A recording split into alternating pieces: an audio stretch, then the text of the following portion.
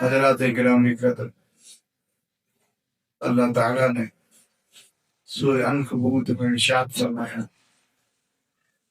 وَمِنْهُمْ مَنْ أَغْرَقْنَا فَمَا كَانَ اللَّهُ لِيَظْلِمَهُمْ وَلَكِنْ كَانُوا أَنفُسَهُمْ يَظْلِمُونَ، اور ان میں سے کچھ لوگ تھے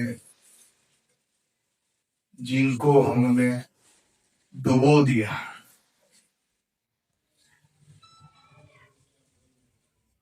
ہمارا جو درس بدوار کا چل رہا ہے، یہ آج چوتھا درس ہے۔ اس سے پہلے ہم انسانوں کی ان بستیوں، ان لوگوں کا ذکر کیا جو ہم سے پہلے اس دنیا میں بستے تھے، جن کو قرآن میں عذاب یافتہ قومیں تھے کہ ان پہ اللہ کا عذاب اترا۔ پوری نسل کو اللہ نے صفحہ سے مٹا دیا۔ 3 قوموں کا ذکر ہم ایک ہی آیت کی روشنی میں کر چکے ہیں کہ اللہ نے سورہ عنکبوت میں 4 بڑی ملتوں کا ذکر فرمایا کہ یہ 4 بڑی قومیں تھیں جن کو ہم نے مٹا دیا دنیا سے، نام و نشان ان کا باقی نہیں رکھا۔ تو جو لوگ درس میں آ رہے تھے وہ ترتیب سے بتا دیں، سب سے پہلے کس کا ذکر آیا تھا؟ سورہ عنکبوت میں قوم عاد۔ قوم عاد کے نبی کون تھے؟ ہود علیہ السلام۔ اس کے بعد کس کا ذکر آیا تھا؟ قوم سمود۔ ان کے نبی کون تھے؟ صالح۔ ان کو سب سے بڑا معجزہ دیا تھا هذه ناقۃ اللہ، یہ اللہ کے اونٹنی۔ اور تیسرے نمبر پر اس کا ذکر کیا تھا پچھلے درس میں قوم قارون نہیں، صرف قارون، ایک ایسا آدمی جس کو اللہ تعالیٰ نے بہت دولت دی اور پھر عذاب بھی دردناک دیا تھا۔ آج اس آیت کا آخری حصہ سورہ عنکبوت آیت نمبر 40، آخری قوم کا تذکرہ کرتے ہوئے اللہ نے فرمایا وَمِنْهُمْ مَنْ أَغْرَقْنَا، اور ان میں سے بعض کو ہم نے ڈبو دیا۔ یہ کون ہو؟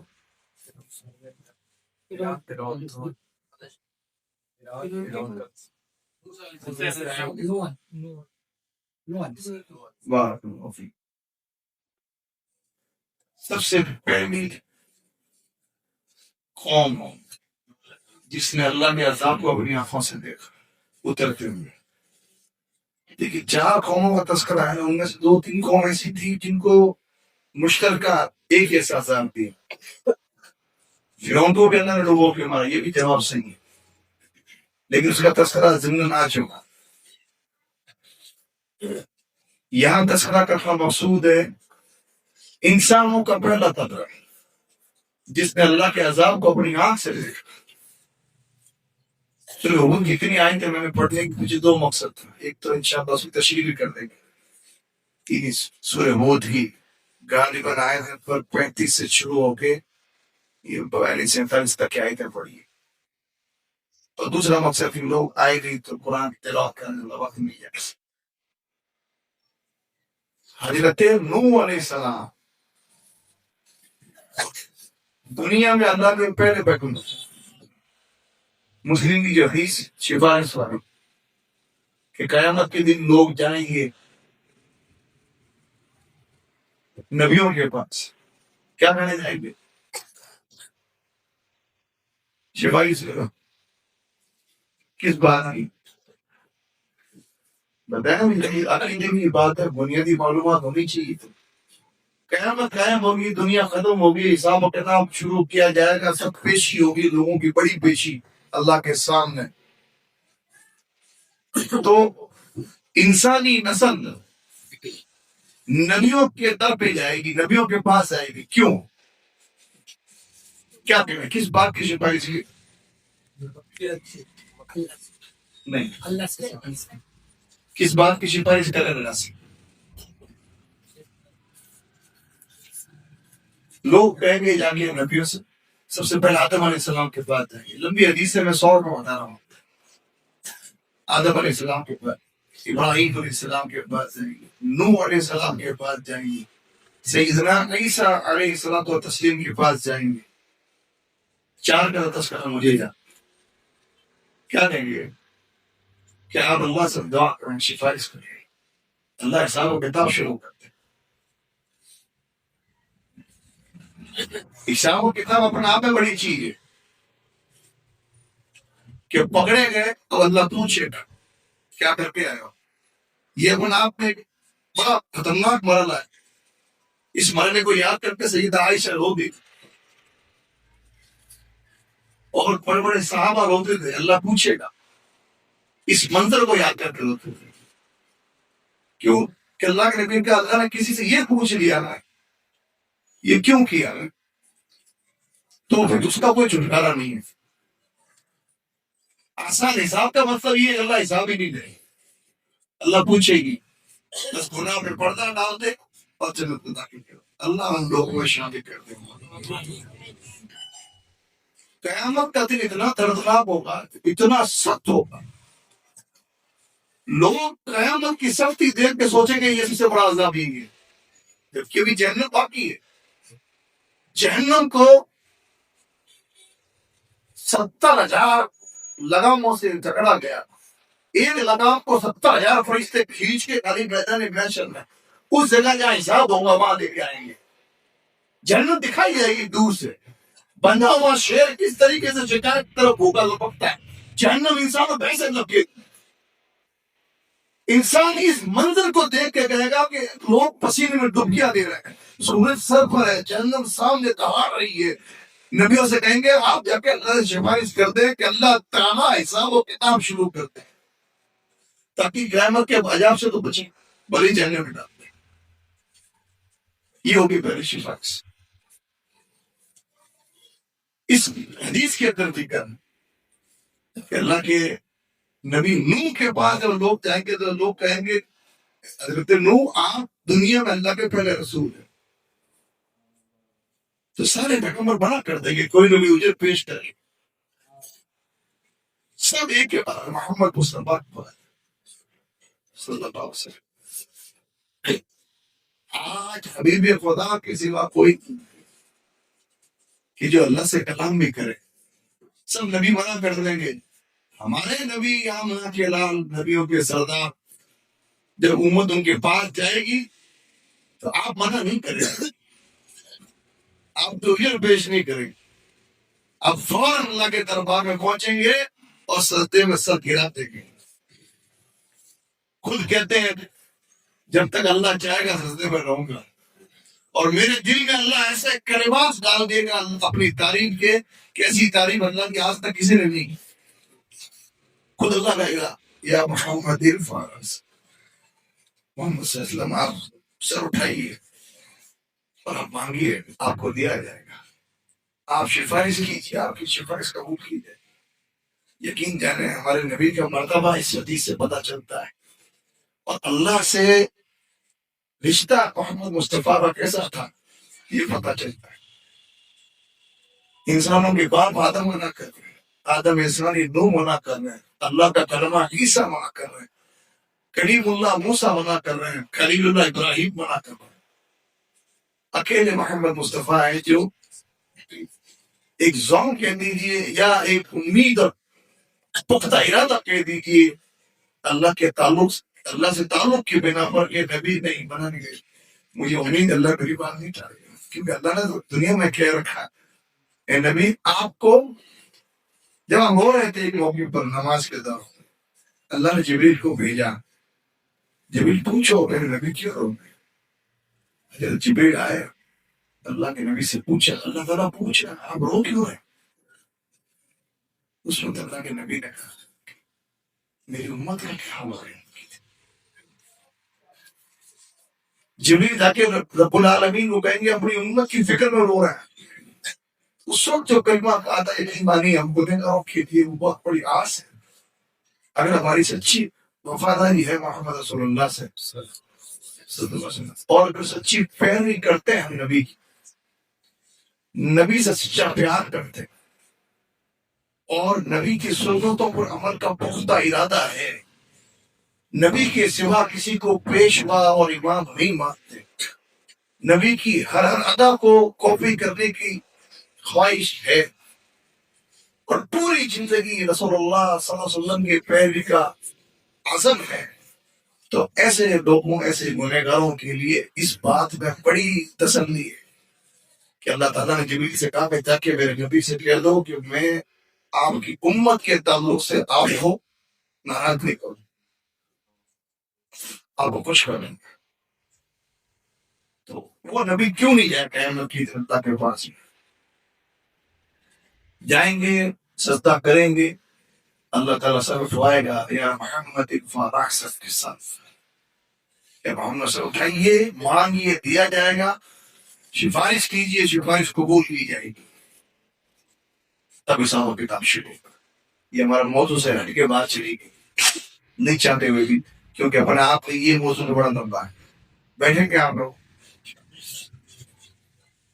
یہ تمیدی باتیں تھیں، حضرت نوح علیہ السلام. صرف اتنی بات بتانا مقصود تھا، اس تفصیل میں تھوڑی چلی گئی بات کہ دنیا میں اللہ کے پہلے رسول کون؟ نوح علیہ السلام. آدم کیا ہے؟ نبی. حضرت آدم علیہ السلام کی اولاد میں لمبے وقت تک پوری انسانیت اللہ کی توحید پر تھی، شرک کا کہیں عطا پتہ نہیں تھا زمین پر. یہ حضرت نوح علیہ السلام کے لوگ تھے جنہوں نے دھرتی پر سب سے پہلے سب سے بڑا گناہ، جو اللہ کو سب سے بڑا ناپسندیدہ گناہ، شرک شروع کیا. پچھلے درس میں نے آپ کو بتایا کہ جو نبیوں کی امتیں تھیں ان کے اندر پہلا گناہ شرک ہوتا تھا، کفر ہوتا تھا. اس کے ساتھ ساتھ ایک دو گناہ اس قوم کی پہچان ہوتے تھے، ہے کہ نہیں؟ جیسے ایک قوم شرک بھی کرتی تھی اور ناپ تول میں کمی بھی کرتی تھی، ایک قوم شرک بھی کرتی تھی، بد فعلی بھی کرتی تھی. لیکن حضرت نوح علیہ السلام کی امت کا تذکرہ پڑھ لیں آپ، ان کو تو آخر سب سے بڑا گناہ یہ تھا کہ انہوں نے دھرتی پر سب سے پہلے شرک شروع کیا اور شرک پر اڑے تھے، اور کوئی دوسرا بڑا گناہ نہیں تھا. سب سے پہلے انہوں نے اس دنیا میں شرک کیا. ایسا گناہ جو اللہ کو سب سے زیادہ غصہ دلاتا ہے، ایسا گناہ جس کی معافی کی. حضرت نوح علیہ السلام کی قوم میں شرک پہ ایسے نہیں آیا، دھیرے دھیرے آیا. 29واں پارہ تھا سورہ نوح کے اندر اس کا تذکرہ موجود. اللہ تعالیٰ نے فرمایا کہ حضرت نوح علیہ السلام کی قوم کی جو بڑے لوگ، ہر قوم میں کچھ لوگ ایسے ہوتے ہیں جو لوگوں کو دین حق سے روکتے، اللہ کے دین سے لوگوں کو روکنے والے ہر امت کے اندر ہوئے. وسط کا تذکرہ قرآن کے اندر موجود ہے. وقال الملأ الذين استكبروا منهم، اس طرح کے الفاظ اس کی قوم کے بڑے لوگوں نے چھوٹے طبقے کے لوگوں سے کہا. یہ قرآن کے اندر اتنی بار ہے. قوم کے سردار، قوم کے بڑے ہمیشہ لوگوں کو دین سے روکتے تھے. یہاں پر بھی دیکھیے اس بارے میں وقالوا لا تذرن آلهتكم ولا تذرن ودا ولا سواعا ولا يغوث ويعوق ونسرا. قوم کے بڑے لوگوں نے حضرت نوح کے خلاف باقی لوگوں سے کہا لوگوں نوح کی بات مت ماننا اور اپنے معبودوں کو جن کی تم عبادت کرتے ہو ان کو مت چھوڑنا. 5 نام پتہ ہے، ود، سواع، یغوث و یعوق و نسر. ان 5 کو مت چھوڑنا، یہ تمہارے معبود ہیں. حضرت نوح نے اللہ کی طرف بلایا اور قوم کے کچھ لوگوں نے اپنی بستی کو کسی دین کی طرف بلایا. حضرت نوح کے تعلق سے قرآن کہتا ہے وَلَقَدْ أَرْسَلْنَا نُوحًا إِلَىٰ قَوْمِهِ قَالَ يَا قَوْمِ اعْبُدُوا اللَّهَ مَا لَكُم مِّنْ إِلَٰهٍ غَيْرُهُ. اے میری قوم، اللہ کے سوا کسی کی عبادت مت کرو، اللہ ہی تمہارا معبود ہے. اور قوم ان 5 لوگوں کی عبادت کرتی تھی. یہ کون تھے جن کی عبادت ہوتی تھی اللہ کے سوا؟ قرآن کے اندر جن کے نام ذکر آئے 19 بارے میں، یہ کون تھے؟ محمد رسول اللہ صلی اللہ علیہ وسلم کے جامع ساتھی اور غلام حضرت عبداللہ بن عباس رضی اللہ تعالیٰ عنہ، آپ کی چچا آئے گی، مفسر قرآن ہے، قرآن کے جانکار، وہ اس آیت کی تفسیر کرتے ہیں رسول اللہ کے ساتھی، اور کیا کہتے ہیں؟ اسماء الرجال من قوم نوح صالحین من قوم نوح. یہ جو قرآن کے اندر 5 نام آئے، 5 بتوں کے، 5 لوگوں کے، یہ نوح کی قوم کے نیک بزرگ تھے، یہ ان کے نام ہیں. کیا پتہ چلا قرآن کی اس آیت سے، نبی کے صحابی کی تفسیر سے؟ بخاری کے اندر کتاب تفسیر سورۃ نوح، نیک اور بزرگ لوگوں کی عبادت کرتی تھی قوم کو، ان کے پتھر کے بت اور تصویریں بنانی، اور ان سے مانگا کرتی تھی، ان کے آگے جھکا کرتی تھی، ان سے امیدیں وعدہ کرتی تھی. انداز لگا لیں، اللہ کے قرآن کے مطابق زمین پر شرک کی شروعات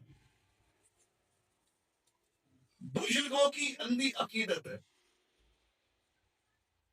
بخاری کے اندر ہے، جب یہ 5 ڈیڑھ ورد انتقال کر گئے تو شیطان ان کی اولاد کے پاس آیا اور آ کے کہا یہ 5 لوگ بڑے نیک تھے، اللہ والے تھے، جہاں ان کا انتقال ہوا وہاں بیٹھو، ان کو یاد کرو. جہاں انہیں انتقال ہوا تھا لوگ وہاں بیٹھ کر شروع ہو گئے، کہا تصویریں بناؤ ان کی یاد کے لیے. تصویریں بنائی، تصویریں لٹکائی، کہا تم کہو تو یہ تصویریں گھر گھر پہنچا دو، کہ گھر گھر پہنچا دو، گھر گھر تصویریں پہنچا دی گئی. اور جہاں وہ بیٹھتے تھے ان کی وہاں پر بیٹھ کر اللہ کو یاد کرتی، وہ بزرگوں کے وسیلے سے. پھر وہ ان کی اولاد بھی جب مر گئی، تیسری نسل آئی، ایک نسل 5 لوگ میں ان کی اولاد جو ان کو یاد کرتے ان کی جگہ بیٹھ کر. جب وہ بھی چلے گئے، ان کی پوتے آئے، اگلی نسل آئی، تو شیطان دوبارہ آیا اور کیا کہا؟ یہ 5 بزرگ تمہاری قوم کے نیک صالح اللہ والے، تمہارے باپ دادے ان کی عبادت کرتے تھے، تم بھی ان کی عبادت کرو. حدیث کے الفاظ ہیں کہ جب علم اٹھ گیا تو لوگوں نے ان کی عبادت شروع کر. کیا پتا چلا اس حدیث سے، اس قرآن کی آیت سے؟ دھیرے دھیرے شرک آیا. نیک اور صالح لوگوں کی محبت بہت اچھی بات ہے، حکم ہے کہ نیک لوگوں سے محبت کرو، ان کے پاس بیٹھی، لیکن اسلام نے ہر چیز کی باؤنڈری دی، ایک حد بنائی دی. باپ کا دوست اور باپ کا بھائی باپ جیسا ہو سکتا ہے، باپ نہیں ہو سکتا. ماں کی صحیح ہے، ماں جیسی ہو سکتی ہے، ماں نہیں ہو سکتی. صالح اور نیک لوگوں کو محبت، ان سے جڑاؤ اسلام کہتا ہے، لیکن ایک حد ہے کہ ان کی عقیدت، ان کی محبت، ان کا ادب ایک دائرے تک ہے. ان کے ادب میں اتنے آگے مت بڑھ جاؤ کہ ان کا ادب تم نبی سے بڑھ کے ان کا ادب کرو، اللہ سے بڑھ کے ان کا ادب کرو. قوم نوح نے یہی کیا ہے، عقیدت نے اندھا کر دیا ان کو. نیک بزرگ لوگوں کی عقیدت اتنے اندھے ہو گئے کہ ان کو پتہ ہی نہیں چلا کہ ان کی زندگی میں شرک کیسے آ گیا. پہلی نسل صرف یاد کرتی تھی ایک جگہ بیٹھ کے ان کو، اور دوسری نسل آئی، اس نے ان کی عبادت شروع کر دی. عبادت کیسے ہوتی ہے؟ ان کے آگے سجدہ کرنا یہ ان کی عبادت ہے، ان کے آگے ہاتھ باندھ کے کھڑے ہونا ان کی عبادت ہے، ان سے دعائیں مانگنا ان کی عبادت ہے. یہی تو کیا تھا وہاں، اور ہو آج امت مسلمہ یہی کر رہی ہے، یہی کر رہی ہے. کسی نے بزرگ نے نہیں کہا، اللہ کی قسم کھا کے کہتا ہوں کہ میری قبر کو پختہ کرنا، اس پر آ کے بیٹھنا اور اس پہ آ کے مانگنا، کسی نے نہیں کہا. کس کو پتا تھا مانگا صرف اللہ سے جاتا ہے، سجدہ صرف اللہ کے سامنے کیا جاتا، کسی نے نہیں کہا. انتقال ہوتا ہے پھر پہلے قبرستان سے ہٹ کے ان کی مسجد قبر بنائی جاتی ہے، جبکہ قبر کہاں ہونی چاہیے؟ قبرستان میں.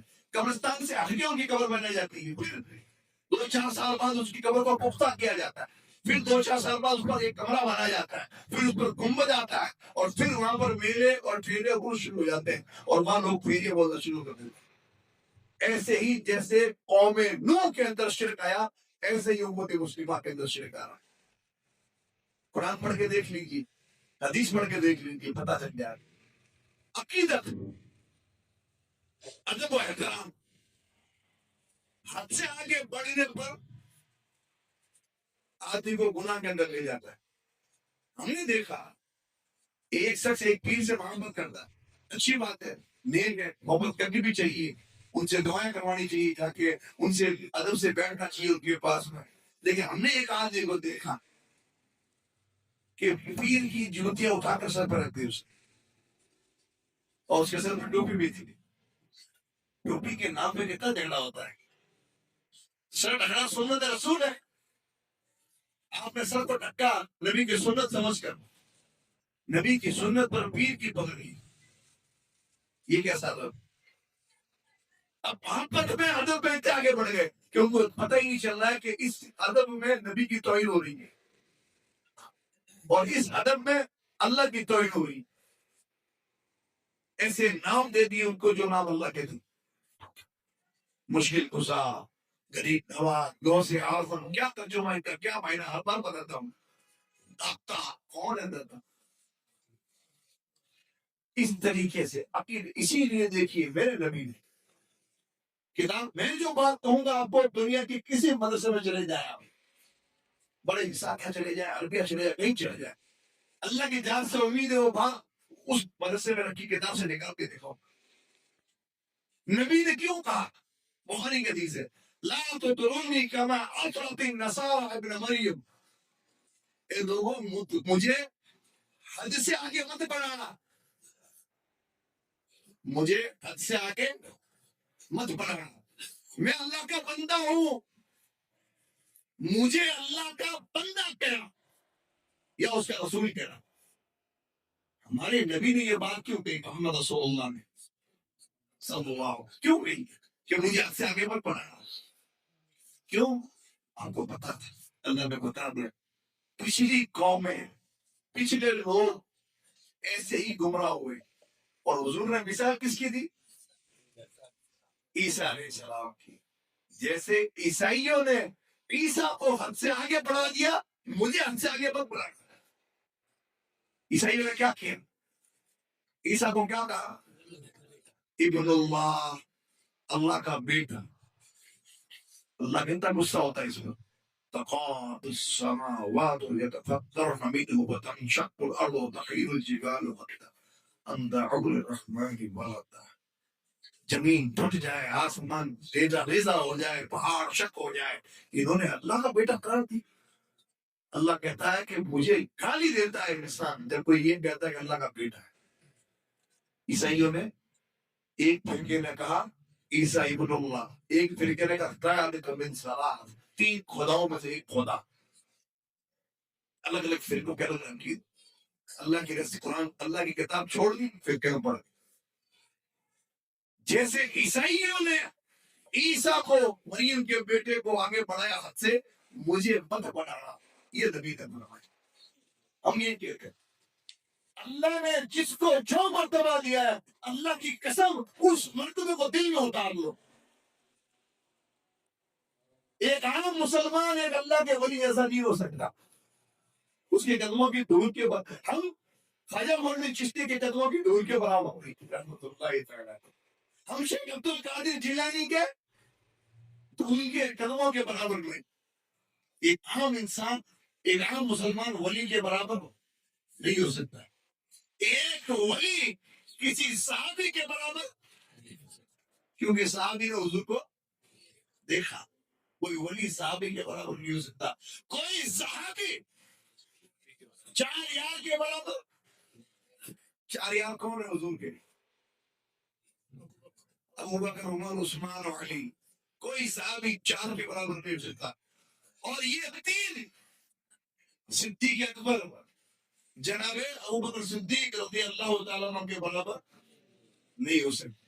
یہ مرتبہ اللہ نے رکھا ہے، اور سارے صحابی پھر کے کسی نبی کے برابر نہیں۔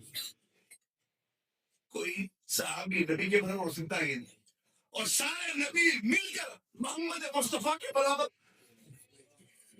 نہیں ہو سکتے۔ دنیا میں اللہ کی سب سے چہیتی ہستی کون؟ محمد رسول اللہ صلی اللہ علیہ وسلم۔ یہ جس کی جو شان ہے وہ شان مانا آگے پیچھے نہیں۔ نوح علیہ السلام کی قوم نے آگے پیچھے کر دیا تھا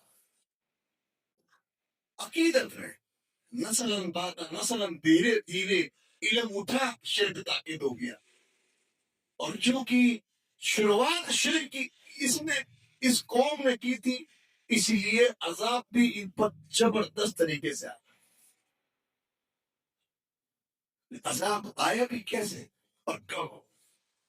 آپ دیکھیں حضرت نوح کے بارے میں آتا ہے قرآن کے اندر، وَلَقَدْ أَرْسَلْنَا نُوحًا إِلَىٰ قَوْمِهِ فَلَبِثَ فِيهِمْ أَلْفَ سَنَةٍ إِلَّا 50 عاما۔ حضرت نوح نے اپنی امت کو، جو اللہ نے ان کو بھیجا، کتنے سال سمجھایا؟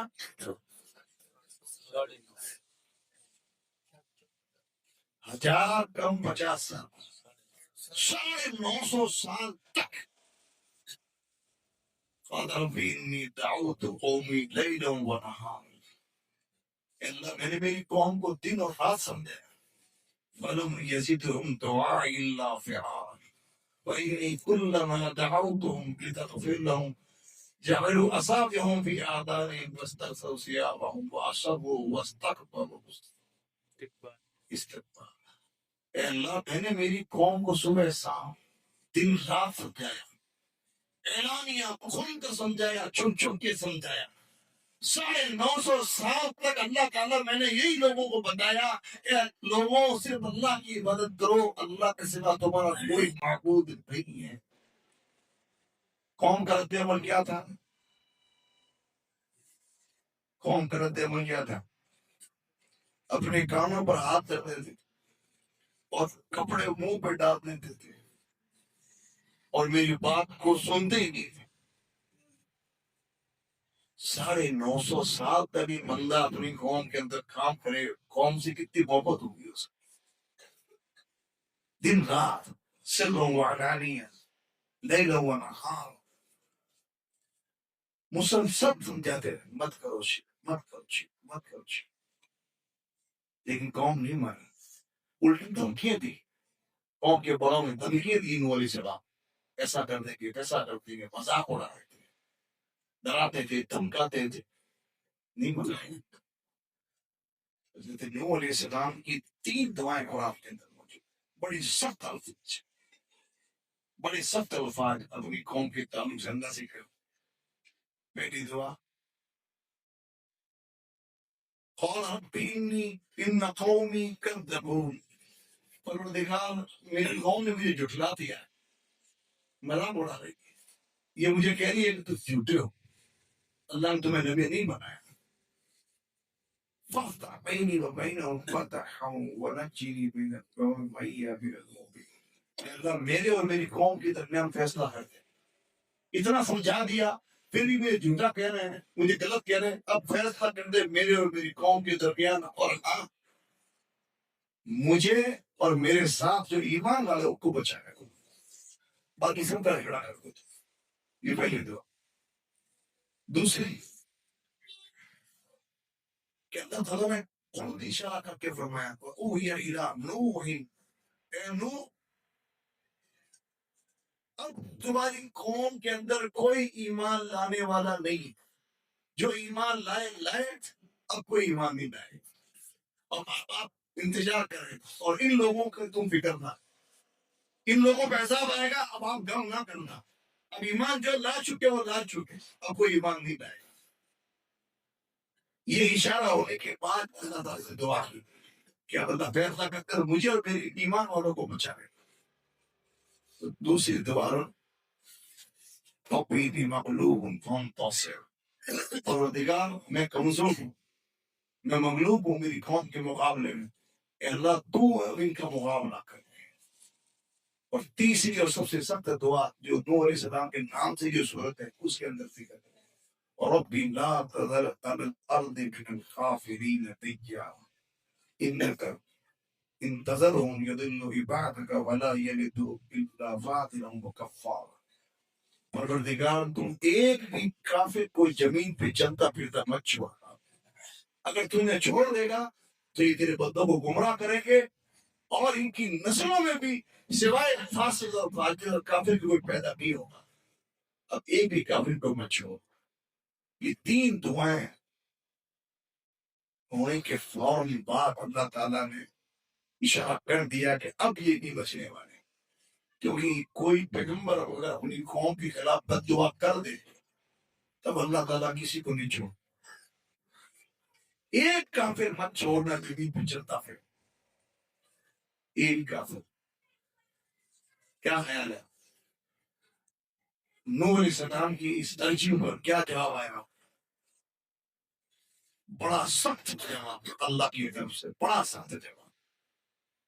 ایسا جواب کہنے والوں نے اس عذاب کو قیامت کہا. قیامت. اور قرآن کے اندر الگ الگ صورتوں میں الگ الگ طریقے سے اس عذاب کا ذکر ہوا ہے. انشاءاللہ سورہ ہود کی جو آیتیں پڑھی گی اس کا تذکرہ اگلے ہفتے انشاءاللہ کریں گے کہ اللہ نے قوم نوح پر حضرت نوح کی دعا کے بعد جو رد عمل کیا وہ کیسے عذاب آیا. اس عذاب کے اندر کیا کیا ان لوگوں کے ساتھ ہوا. آج بس اتنا ہی بات کو اسٹور کریں. پہلی بات حضرت نوح کی قوم کا گناہ کیا؟ شرک. سب سے پہلے شرک کی شروعات کریں. شرک کی کون سی قسم تھی ان کے اندر؟ نیک لوگوں کی عقیدت میں آگے بڑھنا. نیک بزرگ لوگوں کی محبت میں حد سے آگے بڑھ گئے تھے. اور شروع کیسے ہوا؟ ایک نسل سے دوسری نسل. آپ انتقال ہوتے شروع نہیں ہوگا. ایک نسل کے پاس آیا شیطان دیکھا ہے. اور وہ نیک لوگوں کے نام کیا تھے؟ یغوز، یعوق، نصر. یہ کہاں ذکر ہے؟ سورہ نوح کے اندر ذکر ہے. تو آخر اتنا یاد شرک کی بنا پر اللہ تعالیٰ نے قوم نوح کو عذاب دیا اور ان کا شرک شروع ہوا عقیدت اور محبت کے نام پر. ایک بات اور یاد رکھنا کہ جیسے نوح علیہ السلام کی قوم کا علاقہ کیا تھا؟ دجلہ اور فرات. یہ دو مشہور ندی ہے نا جن کو جنت سے آئی گئی نہر بھی کہتے ہیں. دجلہ فرات جو نہر جنت کی نہر جو آج کے دور پہ یہ علاقہ عراق کا علاقہ ہے. دجلہ اور فرات کا علاقہ. حضرت نوح کی قوم یہاں بستی تھی عراق کے علاقے. اور حضرت نوح علیہ السلام کے 4 بیٹے حام، سام اور یافس اور کنعان. 3 بیٹے اور ان کی بیوی. 4 میں ایک ہی بیوی جو کافر تھا اس کی بھی. 3 بیٹے اور 4 بیوی ہیں. صرف یہ مسلمان ہوئے تھے اور شرک سے توبہ کی تھی. باقی کنعان سمیت حضرت نوح کا پورا خاندان کفر اور شرک پر مرا. اور حضرت نوح علیہ السلام کی خاص طور سے بیوی کا ذکر کون سی صورت میں جو یہاں درس میں آ چکی ہے. بات ضرب الله مثلا للذين كفروا امرأة نوح وامرأة لوط كانتا تحت عبدين من عبادنا صالحين فخانتاهما. سورہ تحریم کی ادھر ذکر ہے. حضرت لوط اور حضرت نوح کی بیوی ہے خیانت کرنے والے تھی اپنے شوہر کے دین پر نہیں تھی. بیوی اور اولاد سمیت سب لوگ کی سزا کے گرفتار ہو جائے. اللہ سے دعا ہے اللہ تعالیٰ ہمیں قرآن اور سنت عمل کی توفیق دے اور وہ اعمال جو دنیا میں عذاب آنے کا ذریعہ بنتے ہیں ان سے ہماری حفاظت فرمائے اور جب تک زندہ رکھے قرآن اور سنت عمل کی توفیق دیتے رہے. آمین. تقبل یا رب العالمین. وما علینا الا البلاغ المبین. سبحانک اللہم وبحمدک اشہد ان لا الہ الا انت استغفرک واتوب الیک.